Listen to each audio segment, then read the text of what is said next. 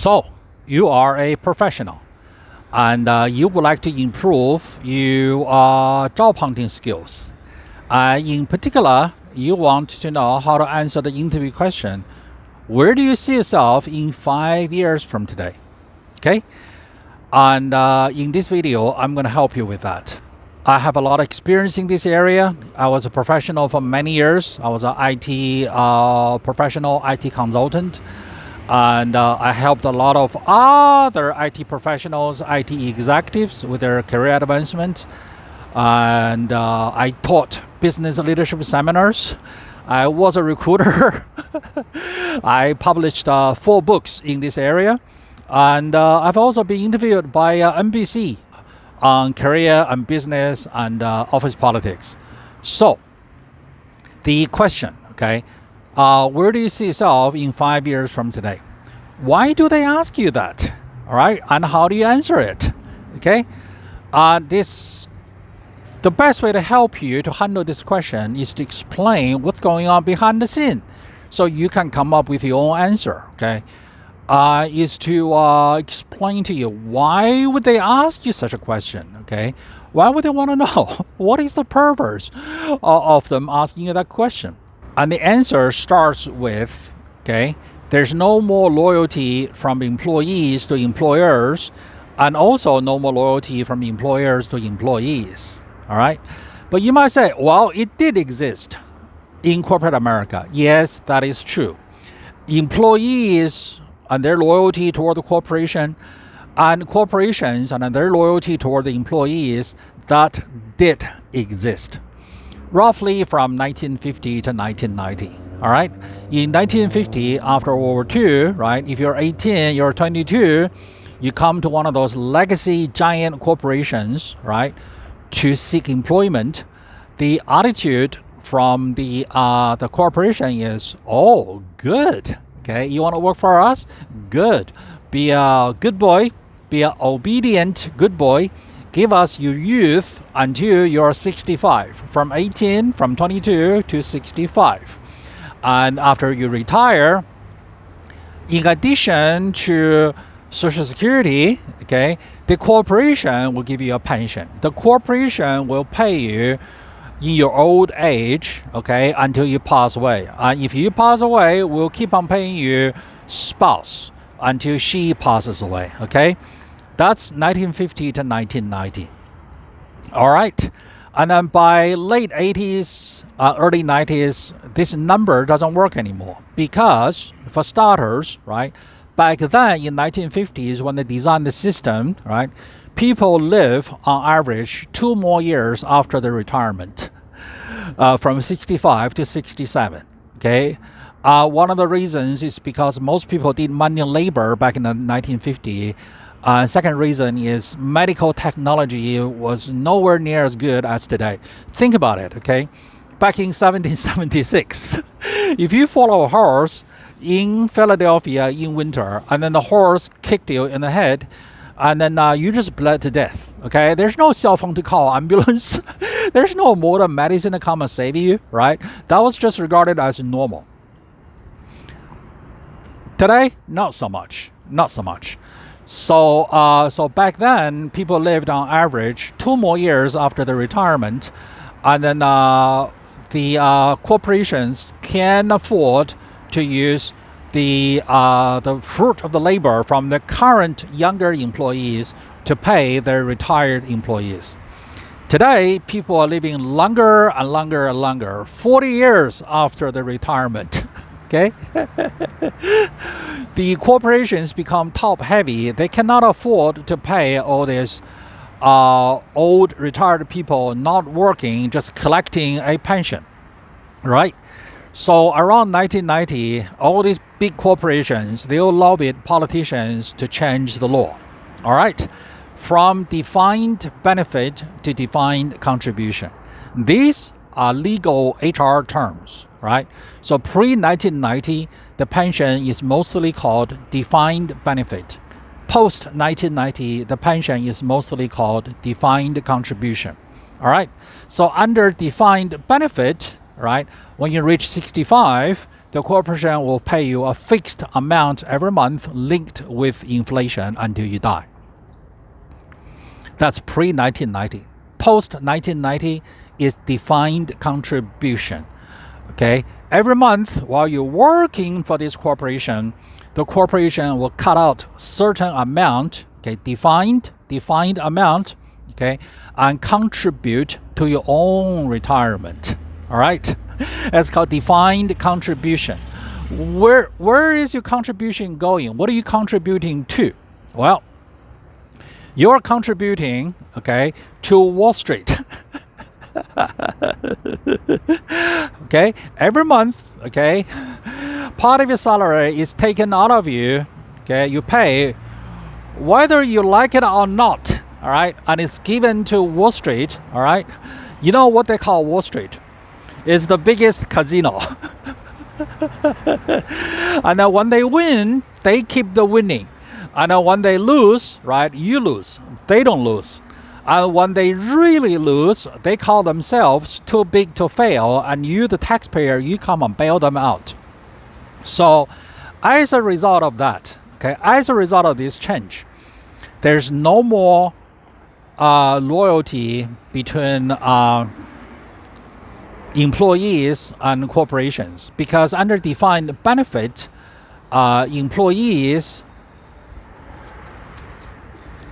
pre-1990, both employees and employers are looking for longevity, all right, to endure the pain and the suffering until the age of 65. Life will start. You can start enjoying life at the age of 65. All right. If you're at 55, you're looking for a job, okay, all the prospective employers will be looking at you like you're weird. Why couldn't you take the abuse from your current employer for 10 more years and get to retirement? That was the mindset. That was the accepted norm back then. Today, with the loyalty gone, right? Corporations doesn't care about keeping you for a lifetime, and you don't care about staying in the corporation for a lifetime. As a knowledge worker, as a professional, what you care, okay, what your job security is your skill set. The combination of your hard skill and your soft skill. Those are your job securities, your career securities, right? Smart professionals, okay, professionals with wisdom. They know the corporation is not someone that you are married to, okay, till death do we part, okay? Smart professionals, they know corporations is a vehicle that you catch a ride. And it's the vehicle that you have to help to propel. It's like a rowing boat, okay? You got onto a dragon boat rowing team. You get on the boat and everybody rows the boat forward, right? And for as long as the boat is headed toward the direction that you want to go, you'll be on this boat helping the boat to roll. And when you need to go to your own direction, when this boat is no longer going toward the direction that you want to go, it's time for you to get off the boat. It's kind of like changing bus or changing a flight, okay, with a layover. So that's the mindset of smart employees, wise professionals. They realize the corporation they work for is a vehicle to get them to where they want to go for the time being. Corporations, they also realize that. And smart employers, they also realize that. That's why they want to know if you know how to play the game. And also, don't forget, there is the keeping up appearance, especially the appearance required from HR, which is we are all loyal to the corporation. The truth is, we are loyal to the corporation while we are on this boat, right? If you're on boat A, you're rowing boat A forward, right? You don't want boat A to have a leak. You don't want boat A to start sinking, right? You don't want any of the members on the team on boat A to goof off, to not pulling their weight. of doing their own fair share of rowing, right?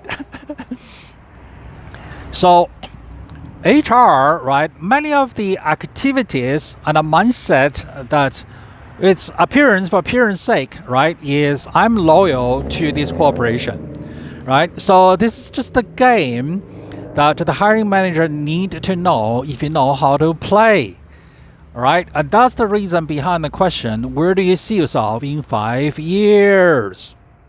All right. So how do you answer this? Well, it really depends on your skill set and then the hot demand, how hot you are on the market, supply and demand of your skill set, okay, a combination of your hard skill and your soft skill, right? If you are one of those hot shot, like when I was an IT professional, okay, the corporation, the hiring manager, they know you're not going to stay here forever. You're coming here to learn whatever you can learn by bringing whatever you already know, and you're going to go somewhere else. Back in the days, I have had managers telling me point blank, right? Instead of asking me, where do you see yourself going in 5 years? They already know I was going to go somewhere in 5 years' time, okay? Either at this company, all right, doing his job, or at another company doing better and better and better. So in those situations, the question is not where do you see yourself going in 5 years' time? It's actually a statement. It's actually a question, which is, will you stay with me for 1 year? All I ask is you stay with me for 1 year, please. So that is, if you are in the situation whereby your skill set is really, really hot, you are in hot demand. If you're in hot demand, okay, you don't need to worry too much about answering that question. You don't even need to worry too much about them asking you that question. All right. So what if your skill set is in low demand, you're currently unemployed? Then you're going to say, I'm going to stay with your company, right? I am going to stay with you because you guys are going to treat me right? You want to show that you're going to be loyal, you're not going to be jumping around, right? And you will be here for some time. Now, what if your situation is in the middle, okay? You're not hot with your skill set, right? You're not currently unemployed, okay? Your situation is in the middle. Then you can say something like, to me, what's important is the content of what I do, right? I enjoy challenges. I enjoy professional advancement, right? Hopefully in 5 years, there are still things for me to do here and things for me to learn, right? And, looking at it, you're the sort of manager who is going to help me to advance my career, right? You just turn the ball at them, right?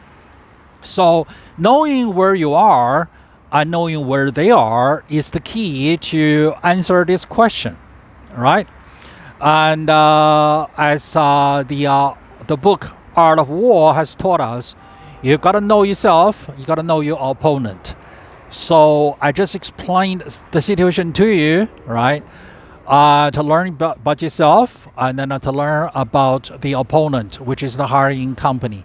Now you know the situation, you know the strategic who has what chips, right, of this game. So you should have no trouble coming up with your own answer to this question. All right. So if you need coaching with your career advancement, with your job hunting, right, let me help you. I'm gonna put my email address down below in the description, okay? And don't forget to like, subscribe, and share this video with everyone you know who is also on their path and journey to advance themselves.